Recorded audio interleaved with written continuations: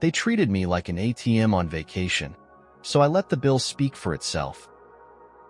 I never imagined I'd be sitting in a luxury Miami beach resort, feeling this miserable. What was supposed to be a special family vacation, a chance to create lasting memories, was quickly turning into a nightmare thanks to my sister-in-law, Olivia. Let me back up a little.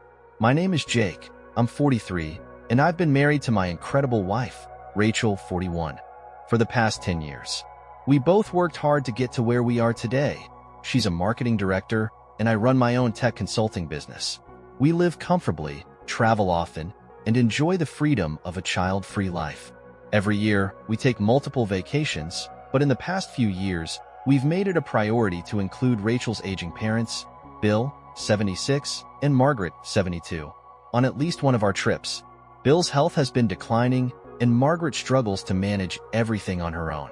This summer's trip was especially meaningful. Bill had always wanted to return to Miami, the city where he and Margaret had spent their honeymoon nearly 50 years ago. When he mentioned it, there was something in his voice, a hint of urgency, like he knew this might be his last chance to relive those cherished memories. He even offered to pitch in for the trip, knowing how expensive a week in Miami could be. But there was no way I was letting that happen. Bill and Margaret had treated me like their own son since I married Rachel, and it felt right to do this for them. Seeing their joy at returning to Miami would be worth every penny. Everything was set for a beautiful, meaningful vacation, and then Olivia got involved. Unlike Rachel and me, Olivia, 38, was struggling financially. She had 3 kids and a husband whose job barely covered their household expenses. While we never flaunted our lifestyle, Olivia was always quick to remind us how lucky we were, making offhand comments whenever we posted pictures from our travels. This time, instead of just making a passive-aggressive remark, Olivia came right out and asked to join us. She hadn't been on a proper vacation since her honeymoon and thought it would be nice to experience a real getaway for once. She also made it clear that she couldn't afford to pay for herself. Rachel hesitated, but I said yes. Family helps family, right? At the time, I believed it was the right thing to do. I had no idea that Olivia was about to turn what should have been a beautiful trip into a week-long test of patience, manipulation, and outright disrespect. Looking back, I should have seen the warning signs the moment we landed in Miami. From the very first day in Miami, something felt off. At first, I thought I was imagining it, just overanalyzing things. But it didn't take long to realize that Olivia wasn't just here to enjoy a vacation. She was here to rewrite the narrative of a perfect family trip, and in her version, I wasn't part of the family. It started subtly. Just a few hours after checking into our beach resort, Olivia suggested taking a family photo in front of the stunning ocean view. I reached for my phone, ready to set the timer so we could all be in the picture, but she stopped me. "Oh, can you take it for us?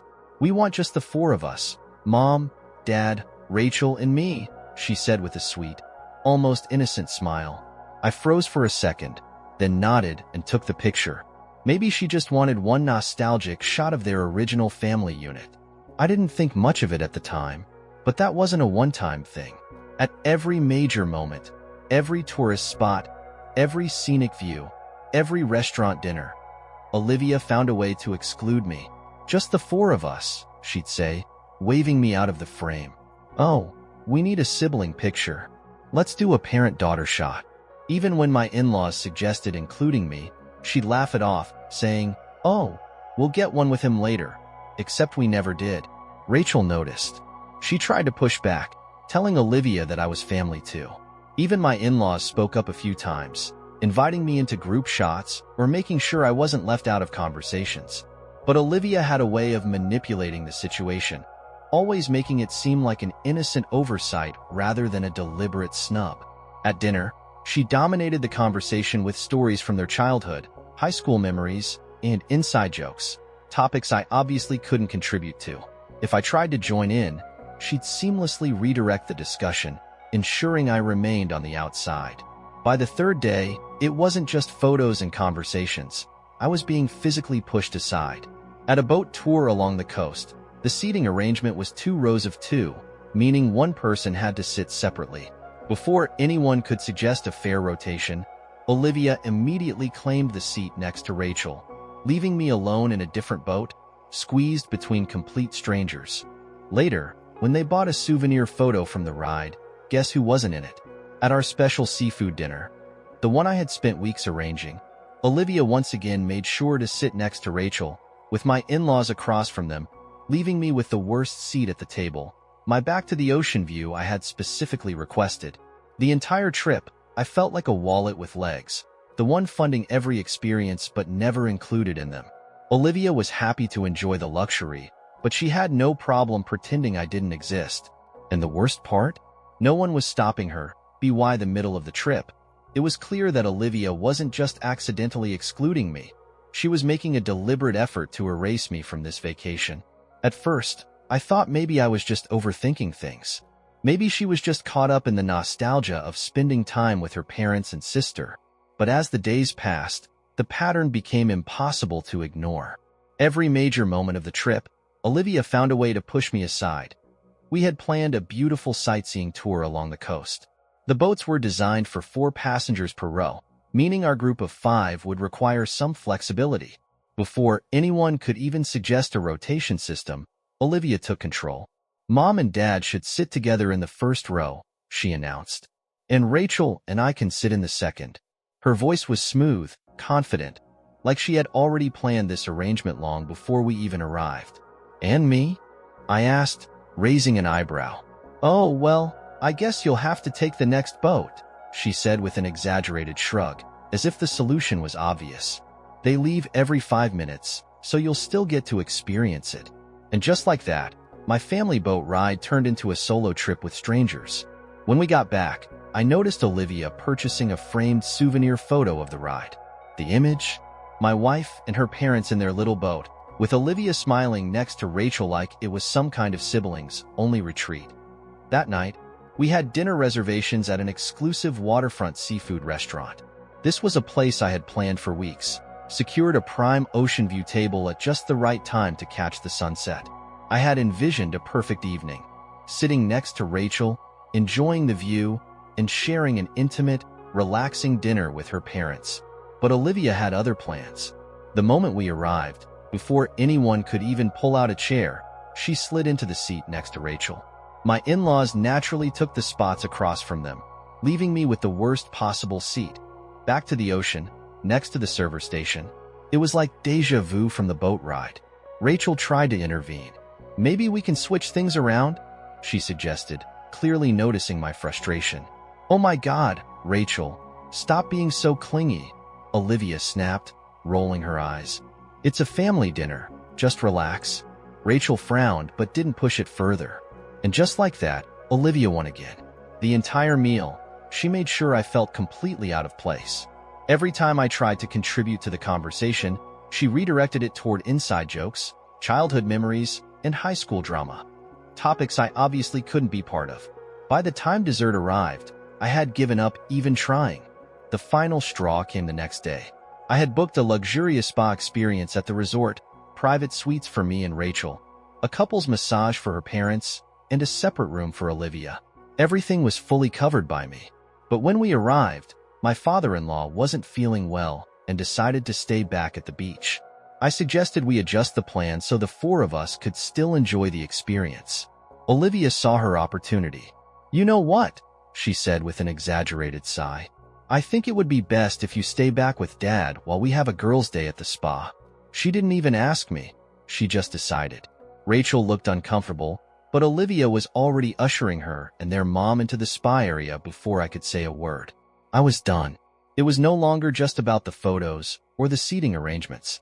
Olivia had spent the entire trip finding ways to push me out, and this time, she used her father's illness as an excuse. She wasn't just excluding me, she was erasing me. And I wasn't going to let it slide anymore. By the time we reached the final day of the trip, I had reached my breaking point. Olivia had spent the entire vacation systematically excluding me from every family moment, treating me like a wallet with legs while making it clear I wasn't part of her real family. Well, if she didn't consider me family, then maybe it was time to show her what that really meant. That morning, as everyone packed up, I made a quiet trip to the front desk. Since I had booked the entire vacation, all expenses, rooms, dining, activities, spa treatments had been automatically billed to my account. But what Olivia didn't realize was that the hotel's billing system allowed for itemized separation of charges. With a polite smile, I requested the manager to split the charges by room. "I just need it for tax purposes," I said casually. The manager didn't even blink. It was a routine request. Within minutes, Olivia's entire list of expenses was transferred to her personal account. Every room service order, every cocktail by the pool, every luxury spa treatment, every souvenir she had charged to the room, all of it now belonged to her. When checkout time arrived, Rachel and her parents headed to the airport ahead of us. Olivia and I were the last to leave. I waited patiently as the hotel manager called her to the front desk to settle her bill. The moment she saw the staggering total, her face drained of color. "What? This isn't right," she stammered, staring at the 4-digit number on the receipt. "Oh, it's correct," the manager assured her. "Each guest's charges have been assigned to their respective rooms. These are all your expenses." She whipped around to face me. "You're not covering mine?" I smiled. "I already paid for my family. You can cover yourself?" Her mouth opened and closed like a fish out of water. She fumbled for her credit card, her hands shaking as she slid it into the card reader. Declined. She tried again. Declined. A nervous laugh escaped her lips. "Oh, it must be a bank security thing." She grabbed her phone and frantically dialed her husband. I could hear him yelling through the receiver even from where I stood. "You spent how much? Are you out of your damn mind, Olivia?" She turned away from me, hunched over as she whispered desperate pleas into the phone. I just stood there, outwardly calm, savoring every second of this poetic justice. She had spent an entire week making me feel like I wasn't part of the family. But now, when she needed help, she suddenly expected me to step in? Not this time. After a long, tense call, her husband finally wired the money to cover the bill. The look on her face as she reluctantly signed the receipt was absolutely priceless. She wouldn't be forgetting this lesson anytime soon. After Olivia's humiliating checkout ordeal, we barely spoke on the ride to the airport. She sat stiffly in the cab, fuming, probably rehearsing how she would spin the story to make herself the victim. But she had no idea that her troubles weren't over yet. As we arrived at the airport, Olivia casually walked toward the check-in counter. Then she froze. She looked at the screen, then at us, then back at the screen. Her name wasn't there. "Where's my ticket?" she demanded. "Oh," I said, feigning innocence. "I only checked in my family. I assumed you'd handle yours." Her jaw dropped. "You what? You checked everyone and except me?" Rachel and her parents already had their boarding passes for business class. Meanwhile, Olivia was stuck in the regular economy check-in line, juggling her bags as she desperately tried to book a last-minute seat. Unfortunately for her, it was peak travel season, and the only available seats left were middle seats at the back of the plane. She looked at me, expecting me to fix it, but I just shrugged. "You said this was a family trip, right?" I said, smiling. "Figured you'd want to handle your own arrangements like the independent person you've been all week." Her face turned bright. As soon as we made it through security, Olivia stormed over to her parents, tears streaming down her face. "He abandoned me at the hotel and humiliated me in front of strangers," she wailed dramatically, drawing the attention of other travelers. Rachel and I exchanged tired glances, but Olivia wasn't done yet. "And now he's upgraded you all to business class while forcing me to sit in economy like a second-class citizen." Her high-pitched sobs echoed through the terminal, making it sound like I had thrown her luggage off a bridge. She looked to her mother for sympathy, but for the first time on this trip, she didn't get it. Rachel's mom sighed deeply before turning to face her eldest daughter. "Enough, Olivia." Olivia blinked, her act momentarily interrupted. "We saw what you did all week. You excluded him from every family moment. You made him feel like an outsider on a trip he paid for. Now you want to cry because he finally treated you the way you treated him?" Silence. A few people in the waiting area turned to stare. Olivia's lips parted, as if she wanted to protest, but for the first time, she had no comeback. She looked at her father, expecting him to step in.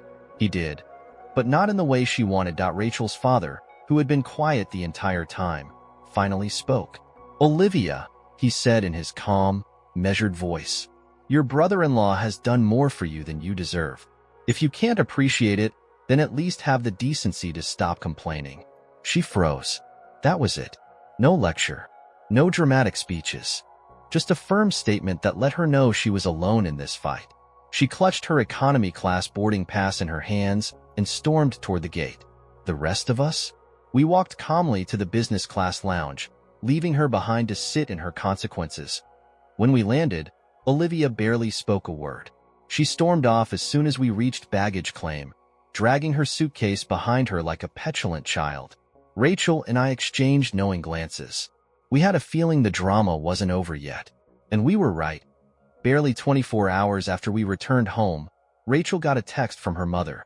"Olivia's in trouble. Her husband is furious. Apparently, she maxed out her credit cards while we were in Miami, and now he's demanding she pay him back in full." We weren't even surprised. Her entire vacation had been a luxury fantasy, one she had no way of affording on her own. She had spent money like someone with zero financial worries, indulging in spa treatments, fancy cocktails, and premium excursions, all while assuming I'd foot the bill. Except, of course, I hadn't. Now, reality was slamming into her full force. According to Rachel's mom, Olivia's husband was livid. He had spent years working hard to provide for their family, only to be blindsided by a massive, unexpected bill. "You mean to tell me you spent nearly a month's salary on luxury treatments and shopping sprees, when we have a mortgage, school tuition, and bills to pay?"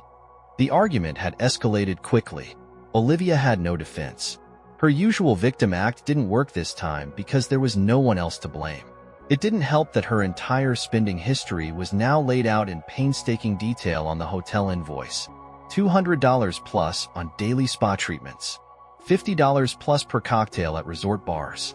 Exclusive excursions meant for couples that she booked for herself. Room service bills that could feed a family of 4 for a week. Her husband demanded full repayment. But Olivia, of course, had no money left. For weeks, Olivia bounced between denial and outrage. She insisted the bill wasn't her fault, claiming that she never should have had to pay for anything since it was a family trip. When that didn't work, she tried guilt-tripping Rachel and their parents into bailing her out. "So you're really going to let me struggle like this? After everything I've done for this family?" But no one was buying it anymore. Rachel's mother, usually the peacemaker, was done. "No, Olivia.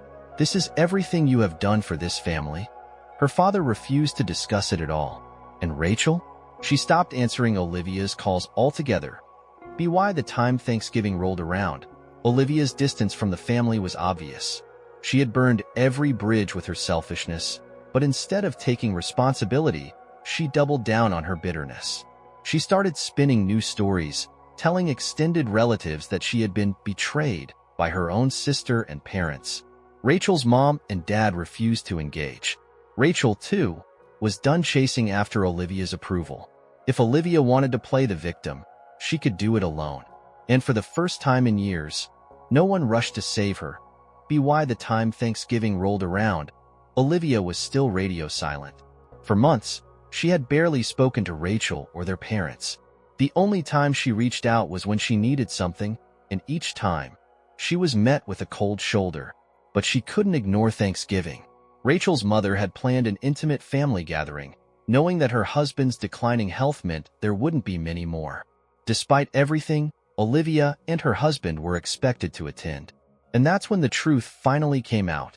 The dinner started out tense. Olivia barely spoke to Rachel, and her husband, Greg, looked exhausted. He had dark circles under his eyes, and every time Olivia made a passive-aggressive remark about money, his jaw clenched just a little tighter. Rachel and I exchanged glances. Something was off. Finally, about halfway through dinner, Rachel's mother cleared her throat. "Greg, I think you deserve to know the full story about what happened in Miami." Olivia immediately tensed up. "Mom, don't." But she did. In front of everyone, Rachel's mother laid out the entire vacation debacle. How Olivia had excluded me at every turn. How she had manipulated seating arrangements, photos, activities, everything, to pretend I wasn't there. How she had assumed I'd pay for all of her luxury indulgences, despite treating me like an outsider the entire time. And finally, how I had let her face the financial consequences of her own selfishness. When Greg heard about the Miami bill, his face went white. "You spent that much? And you didn't even treat him like family?" His voice was low and tight, like he was trying to control an explosion.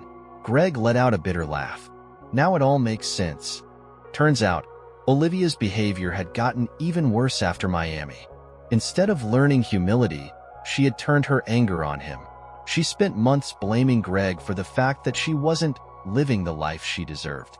She constantly criticized his salary, comparing him to me, saying, "Look at what Rachel's husband can provide for her. If you worked harder, I wouldn't have to feel like a second-class citizen." Greg had tried. He took on extra hours, hoping to ease the financial strain. But when he told Olivia that meant she'd need to handle more responsibilities at home, she lost it. "So now you want me to do everything? Just because you can't earn enough?" Rachel's mother shook her head. "Olivia, I love you, but what you're doing is toxic. You had a wonderful husband, a stable life, and a supportive family. But your greed is ruining everything."